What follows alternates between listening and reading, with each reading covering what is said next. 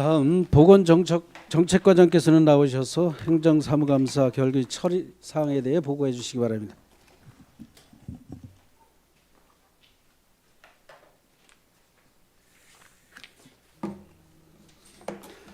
보건정책과장 김종열입니다. 보건정책과 소관 2025년도 행정사무감사 결과 지적사항에 대한 처리 결과를 보고드리겠습니다. 감사 결과 지적사항은 총 1건이며 완료 1건입니다. 141쪽 첫 번째 사항에 취약지역 응급의료기관 육성사업 현황과 관련하여 응급실 내원 감소가 열악한 의료 여건으로 인한 것인지 파악하고 부족한 부분이 확인되면 개선 요청하신 사항입니다. 이에 대한 처리 결과 보고입니다. 응급실 내원 환자 수는 2024년도에 비해서 소폭 증가한 것으로 파악되었습니다. 위정 사태가 해소됨에 따라 응급실 전담 일요일역 3명을 배치해서 운영하고 있습니다. 지속적인 지원을 통해 응급 의료 환경이 개선되도록 노력하겠습니다. 이상으로 보건정책과 소관 2025년 행정사무감사 처리 결과 보고를 마치겠습니다. 감사합니다.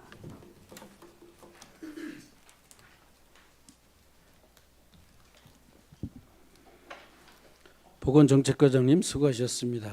보건정책과 소관에 대해 질의할 의원님은 발언 신청해 주시기 바랍니다. 이광재 의원님 질의해 주시기 바랍니다. 예, 이광재 의원입니다.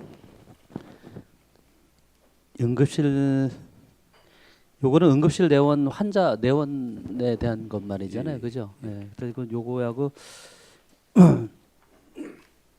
여기에 뭐 요거의 직접적인 거라고 설명을 아닐 수도 있는데요. 내면이나 이제 서면이나 이제 저 두촌이나 내촌 쪽에는 이제 병원이 없는 부분이 있잖아요.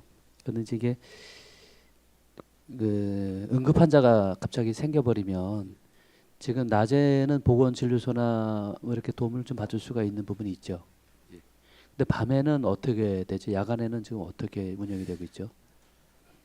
119를 통해서 119? 예, 그거밖에 없는 것 같습니다. 그럼 119 만약에 내면에서 창천리 쪽이나 아니면 저 광원이나 이쪽에서 만약에 응급 환자가 생기게 되면 119가 거기까지 도착하면 얼마나 걸릴까요? 홍천내에서 출발하나요? 아니면 그 어디서 출발하죠? 출발지가 119. 만약에 지금 응급 환자가 생겼어, 갑자기 뇌출혈로 쓰러졌단 말이에요. 그러면 이럴 때는 어떻게 돼요? 지역 그 119 지역대가 군데군데 있는 걸로 알고 있습니다. 근데 그거는 파악을 해주셔야지. 네, 이게 지금 자체 제가 이제 말씀드리는 거는 이제 골든타임이라는 거 우리 많이 얘기들 하잖아요. 근데 이게 이제 뇌출혈 이렇게 쓰러지거나 갑자기 이렇게 되면 그 시간이라는 게 아마 있을 거예요.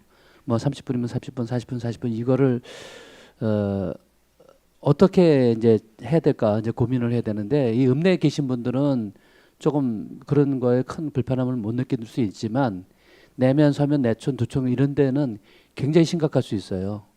또 어떤 분은 이런 경우도 있더라고요. 그러니까 응급 자기 스스로가 뇌에 뭐가 이렇게 핑 하더래요.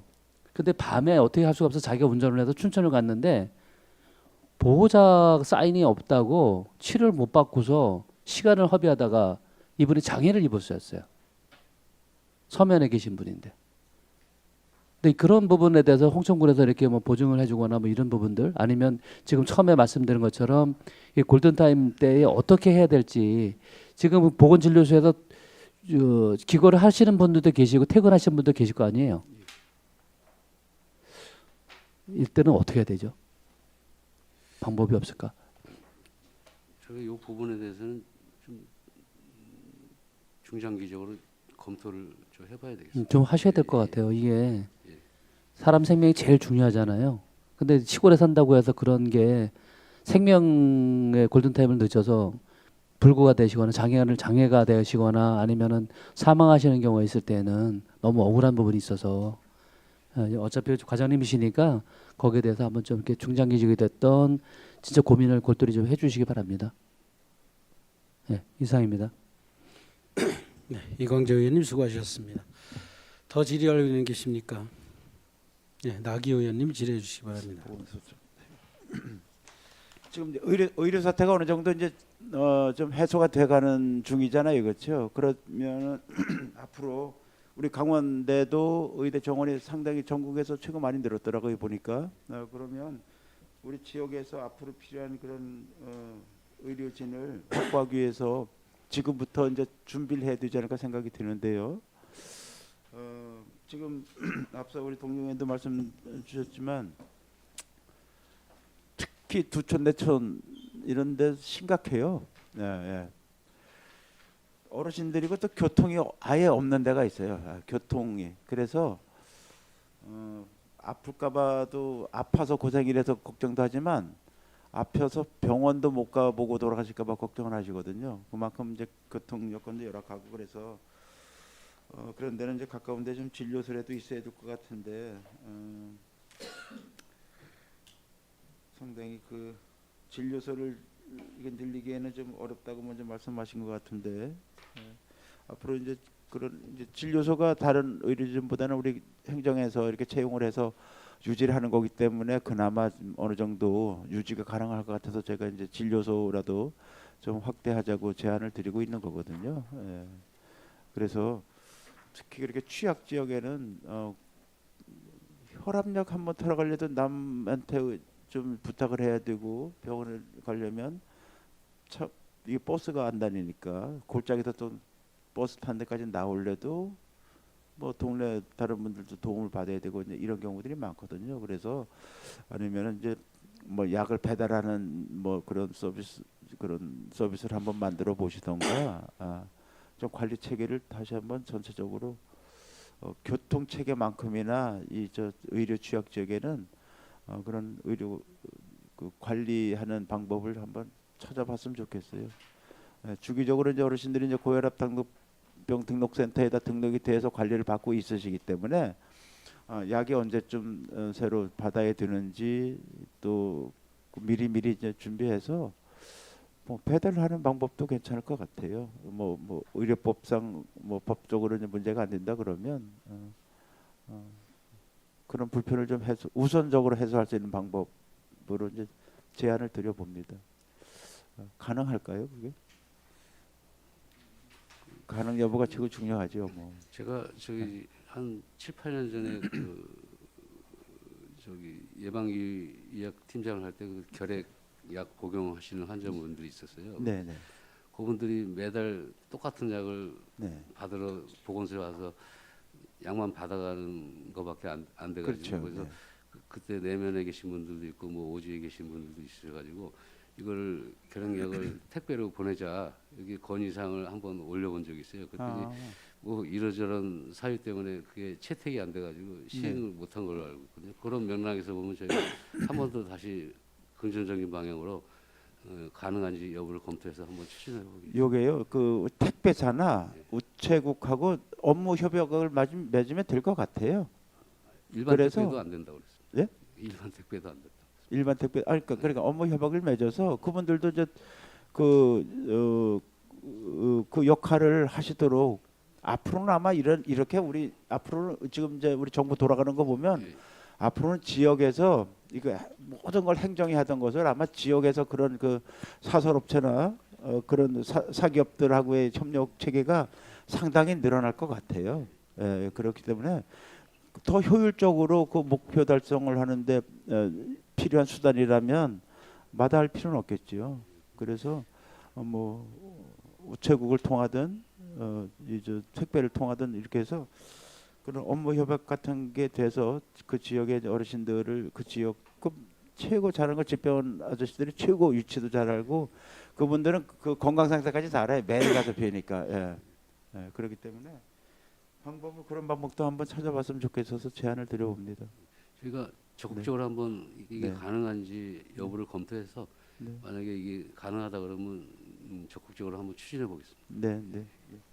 마치겠습니다. 나기 의원님 수고하셨습니다. 더 질의할 의원님 계십니까? 지금 보건진료소에서 많이 인력난이 대체로 퇴직 공직자들을 다시 불러서 근무를 하게 하는 그렇게 하고 있죠. 예. 그럼에도 불구하고 또 법상 처방을 할 수 없게 되어서 공무원만이 할 수 있게 되어서 할 수 없는 그런 지경에 이르렀다고 얘기를 들었습니다. 맞죠? 예. 거기에 대한 뭐 대안이 없습니까? 저희가 이 부분은 저기 지침이나 그 중앙 정부 쪽에 이게 좀 기간제 근무를 하시는 분들도 전임 진료소장 그 진료소 업무를 하신 분이면은 좀 예외 조항이나 특례 조항을 둬서 요거는 가능하게끔 건의를 해놓은 상태입니다. 그래서 지금 저희뿐만 문제가 아니고 전국 저기 지자체가 공통적인 문제로 지금 판단이 됩니다. 우리 지자체 내에서 할 수 있는 방법은 없고 예, 이게 뭐 중앙 법을 정부 고치던가 차원에서, 예, 뭐 그런 방법뿐이 없다고 들었는데 문제는 발생하고 있고 원인을 알았다면 그 처방을 빨리 신속하게 내려야 될 것 같고요. 거기에 대한 권한이 우리 지자체에 없다 보니까 현장에서 어려움을 겪고 있는 것 같습니다. 그래서 중앙을 통해서 좀 속히 거기에 대한 대안을 마련해 줘야 되고 그래서 좀 뭐 짧은 지식으로 얼뜻 생각하기에 원격 진료를 통해서 해결할 수 있는 방법은 없는가 생각해 봤는데 또 원격 진료도 또 의료진 간의 그거라면서요. 환자와 의료진과의 원격 진료가 아니고 의료진과 의료진 그렇다면 그것도 퇴직 공직자가 근무해도 원격 진료조차도 법으로 허용하지 않는다는 얘기잖아요. 맞습니까? 그렇습니까? 그런 걸로 알고 있습니다. 문제는 있는데 대안을 마련이 힘드네요. 이 부분에 대해서 신속히 좀 대안을 찾아주시고 중앙정부에 건의할 일이 있다면 강력하게 좀 건의해 주시고 지금 말씀하셨듯이 예외직이나 특례지역을 좀 만들어서 그런 문제들을 해결할 수 있는 방법을 조속히 좀 찾아주시기 바랍니다. 교회 지속적으로 건의를 하고 있습니다. 네. 질의할 의원이 안 계시므로 보건정책과 소관에 대한 행정사무감사 결과 처리사항 보고를 마치겠습니다. 보건정책과장님 수고하셨습니다. 건강증진과장께서는 나오셔서 행정사무감사 결과 처리사항에 대해 보고해 주시기 바랍니다. 건강증진과장 김연아입니다. 건강증진과 소관 2025년도 행정사무감사 결과 지적사항 처리 결과를 보고드리겠습니다. 감사 결과 지적사항은 총 2건이며 1건 완료, 1건은 미추진입니다. 지적사항별로 보고드리겠습니다. 145쪽 첫 번째 사항입니다. 정신건강 및 자살 예방 사업과 관련하여 홍천 군민의 높은 자살률 원인을 분석하고 보건소 중심으로 자살 예방 프로그램, 캠페인 등 적극적인 대응 필요에 관한 처리 결과입니다. 홍천군 자살 현황은 2024년 40명으로 불명예스럽게도 전국 2위를 기록하였습니다. 자살의 원인을 분석해 본 결과 정신과적 문제, 육체적 질병 문제, 경제적 문제 순이었습니다. 보건소에서는 지역 주민을 대상으로 마음 체험터 운영, 생명 지킴이 양성, 생명 존중 안심마을 운영, 생명 사랑 실천기관 운영, 자살 예방 인식 개선 홍보 및 캠페인 실시, 유관기관 협력 체계 강화, 자살 고위험군 사례 관리, 정신응급 대응 협의체 운영 등을 적극적으로 운영하였고 2025년 자살자는 21명으로 전년 대비 48% 감소하였습니다. 올해부터 정신건강복지센터가 한림대학교 춘천성심병원으로 위탁 운영 중에 있고 체계적이고 전문적으로 관리하여 자살 예방 사업 추진에 만전을 기하도록 하겠습니다. 146쪽 두 번째 사항입니다. 홍천군 내 마약, 대마 관련 사건, 사고 현황과 관련하여 마약 관련 사고 예방을 위해 상담, 예방 등 체계적인 대응책 마련과 철저한 관리 요청에 관한 처리 결과입니다. 2025년 말 홍천군의 마약류 사건 현황은 총 63건으로 마약 57건, 대마 6건입니다. 24년과 비교해 보면 마약 사건이 2배가량 증가하였음을 볼 수 있습니다. 마약이나 대마 등 중독자의 경우 본인이 동의한 자만 상담이 가능하고 개인정보보호법에 의거 중독자의 신원을 파악하기는 어렵습니다. 따라서 상담이나 중독센터로 연계도 어려운 실정입니다. 참고로 2024년과 25년 마약 대마 관련 상담 의뢰 건수는 한 건도 없었습니다. 이상으로 건강증진과 소관 2025년 행정사무감사 처리 결과 보고를 마치겠습니다. 감사합니다. 건강증진과장님 수고하셨습니다. 건강증진과 소관에 대해 질의할 의원님은 발언 신청해 주시기 바랍니다. 이광재 의원님 질의해 주시기 바랍니다. 예, 이광재입니다. 2024년도 자살수가 40분이나 되세요. 네, 40명이었습니다. 전국에서 1위예요? 2등. 2등? 네. 1위가 어디예요? 1위는 어딘지는 잘 모르고 저희가 하여튼 2등을 했습니다. 야, 이게 진짜 심각한 거잖아요. 네, 네. 홍천에 사시는 분들이 이렇게까지 저는 힘든 줄 몰랐네요. 그러면 이게 2025년도 12월 기준 25명으로 감소한 거는 그러면 1년 만에 감소가 됐다는 얘기인가요? 저희가 이제 여기 자료 결과에는 그때 네. 자료를 낼 때는 25명으로 네. 했었는데 요거는 이제 그 통계청 자료를 2건으로 냅니다. 그래서 네. 이제 요거는 그 저희가 지난해 24년 10월부터 11월부터 25년 10월까지의 기준으로 해서 네네. 잡았을 때 네. 25명이고요. 통계청 기준으로 해서 네. 확정적으로 된 건 21명입니다. 21명. 네네. 이거는 뭐 다 알 수는 없겠지만 이 돌아가시는 분들이 그 이유가 있으실 거잖아요. 뭐 생활고가 됐던 아니면 그 신체적인 비관 때문에 됐던 여러 가지 있을 텐데 거기 통계적으로 이렇게 과장님이 분석한 부분이 있나요? 그 아까 말씀드렸다시피 네. 그 저희가 홍천군의 자살자를 이렇게 원인을 분석해 봤을 때 정신과적 질환 문제. 정신과 예. 거기에는 이제 뭐 연령대는 대략 어느 정도 여기 60대, 20대 이렇게 된 게 이상이 가장 많습니다. 그러면 알코올 때문에 그런 건 아니에요? 혹시? 알코올은 아니고요. 아니고 정신 질환 문제 플러스 우울증이 우울증 좀 쪽으로? 가장 많고요. 네. 그다음에는 이제 그 육체적 질병, 암이나 뭐 이런 그거는 예. 제가 좀 이해를 그다음에는 드리지만 경제적인 문제 이렇게 경제적인 문제가 좀 예, 적고 예. 그러면은 이게 참 환경은 좋은데 살아가는데 환경은 좋은데 이게 우울증이라는 것이 누구나 올 수 있거든요, 사실은요. 근데 이게 어떤 이게 이제 우리 저 알코올 때문에도 알코올도 1위가 한 적이 있었잖아요, 그죠? 네네. 알코올 위험도수가. 근데 이거를 많이 개선됐단 말이죠. 어떻게 됐든 간에 많은 이제 노력들을 해주셔서 이거는 어떻게 뭐 금방 이게 효과 나올 수는 없을 거예요. 그런데 과장님이 이것도 고민을 하셔야 될 부분이라서 어떻게 하면 좋을까요? 이런 부분에 대해서는. 그래서 저희가 이제 홍천읍이 인구가 저희가 가장 많으니까 네네. 홍천읍의 그 자살률이 가장 높고요. 그다음에 이제 홍천읍에서. 면 쪽으로도 좀 네. 있는데 네. 그 홍천읍 같은 데는 이제 그래도 좀 어르신들이 모여서 활동할 수 있는 그런 공간을 더 많이. 공간들이 좀 많고 한데 저희가 생각하기에는 시골 같은 데는 사실 경로당을 가려고 해도 먼 어르신들도 많고 이래서 그 혼자 계신 그런 어르신들을 어떻게 이제 같이 모여서 대화라도 할 수 네, 있고 네, 네, 이런 거를 좀 네. 그런 방안을 좀 생각을 하고 있습니다. 그래서 저희가 이제 뭐 보건소에서 많은 건강 프로그램이나 뭐 이제 교육 이런 것들이 있는데 그런 분들을 되도록이면 많이 좀 참여시키려고 정신뿐만 아니라 건강증진 사업에서도 같이 노력하고자 합니다. 그 남성이 많네요, 그죠? 네. 이게 이제 그 저도 이제 경로당에 가 보잖아요. 경로당에 가 보면 어머니들 여성분들이 대부분이에요. 남성분들이 많지 않아요.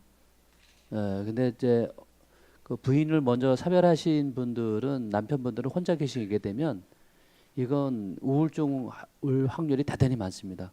왜냐하면 남자들은 이상하게 경로당에 와서 이렇게 어울림이 좀 적어요.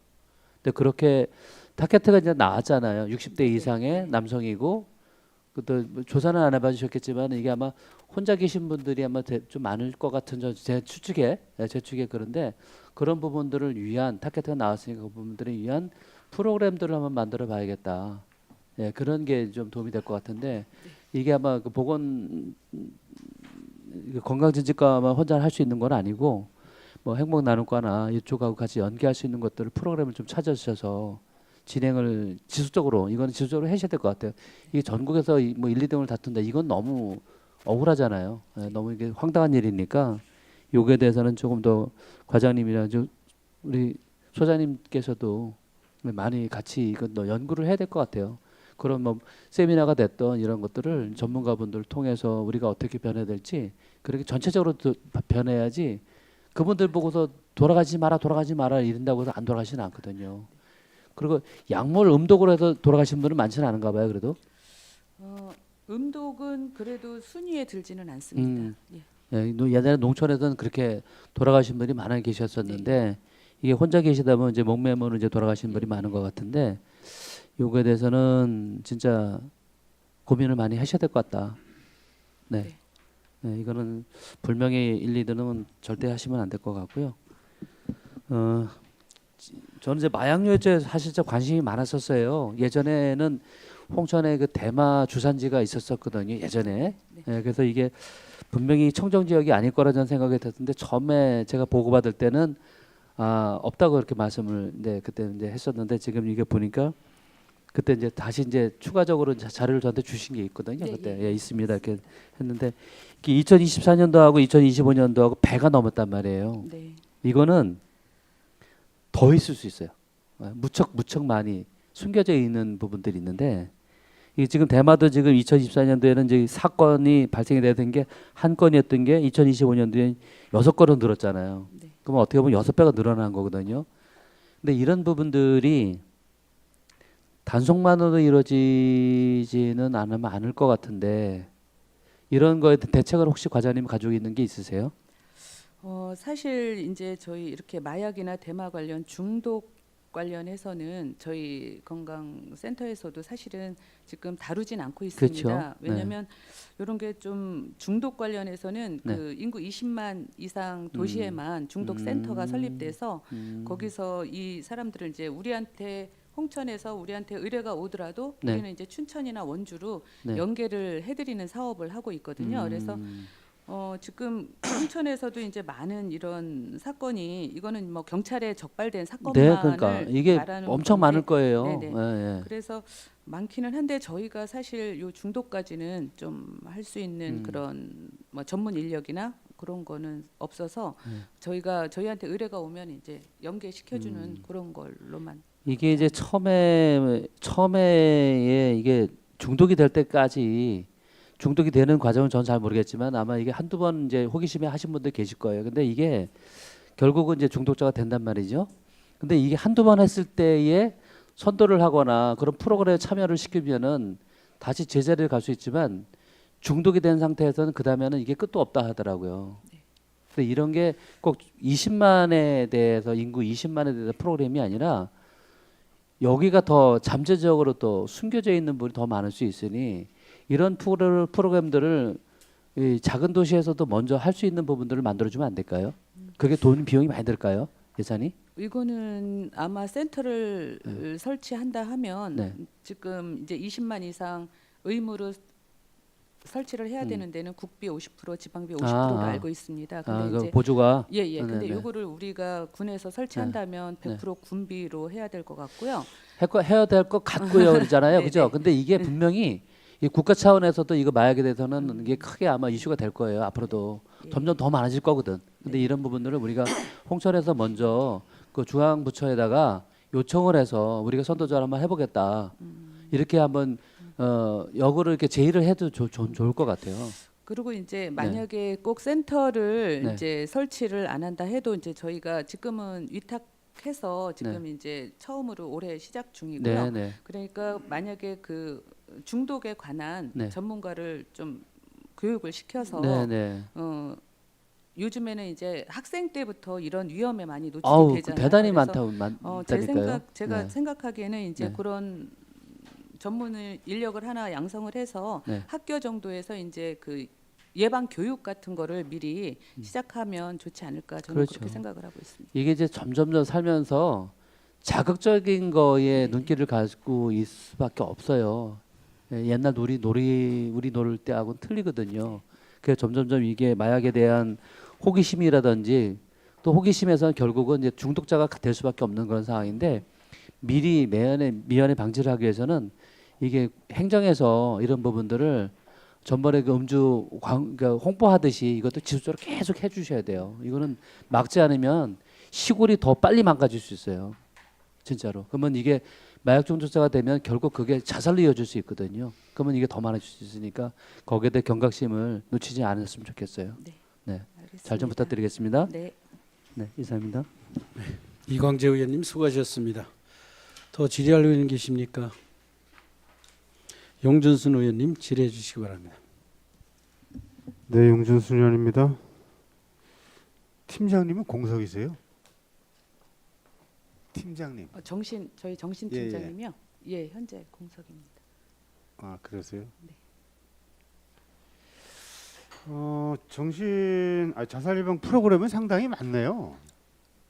예, 많습니다. 예, 그래서 그런지 뭐 지난해 좀 많이 감소가 된 건 참 다행스러운 일이라고 보거든요. 아, 네.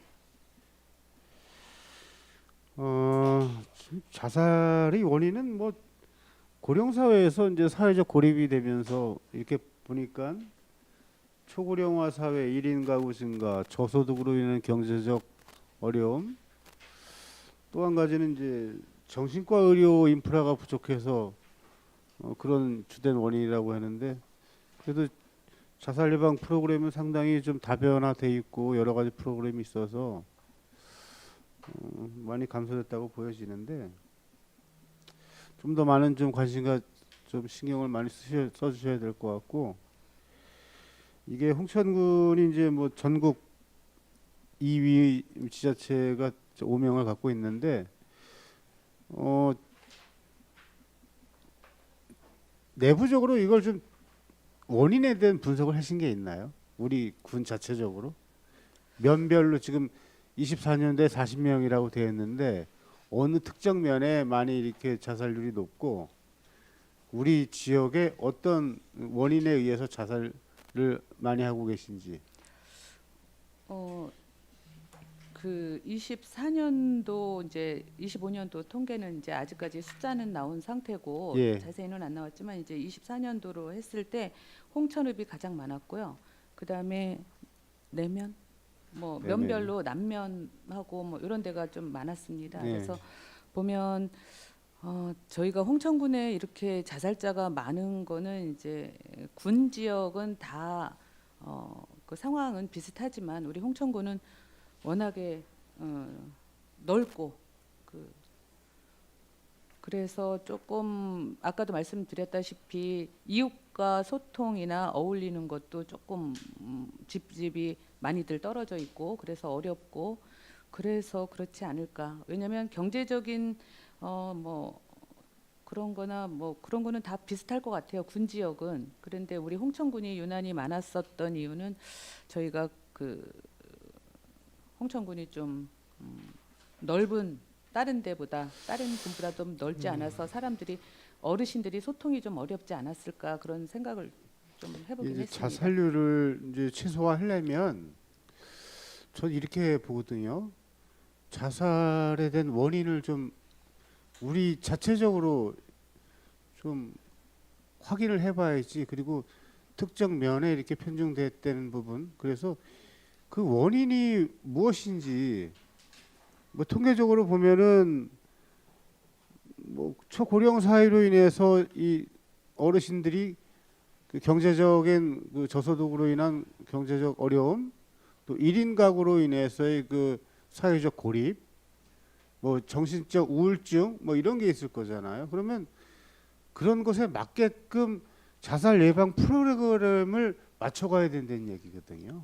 예, 지금 하고 예. 저희가 하고 있습니다. 근데 우리 군 자체적으로 자살에 대한 원인을 지금 아까 말씀드렸다 예. 저기 그러니까 아까 말씀하신 거는 예. 이 정신적인 뭐 우울증이나 이런 거, 그다음에 육체적 질병, 네. 경제적 문제 이런 거 그게 말씀하셨거든요. 저희 홍천군 홍천군 사례예요. 홍천군 예 원인입니다. 그래요. 1등, 2등, 3등. 네. 예, 그런 부분들에 대해서 좀 거기에 맞는 프로그램을 좀 집중해서 네. 앞으로는 이제 홍천군이 자살률이 최고 적은 지자체가 될 수 있도록 좀 선택과 집중을 하셔야 되지 않을까 생각됩니다. 네, 노력하겠습니다. 네, 이상입니다. 네. 영준순 의원님 수고하셨습니다. 더 질의할 의원님 계십니까? 질의할 의원이 안 계시므로 건강증진과 소관에 대한 행정사무감사 결과 처리사항 보고를 마치겠습니다. 건강증진과장님 수고하셨습니다.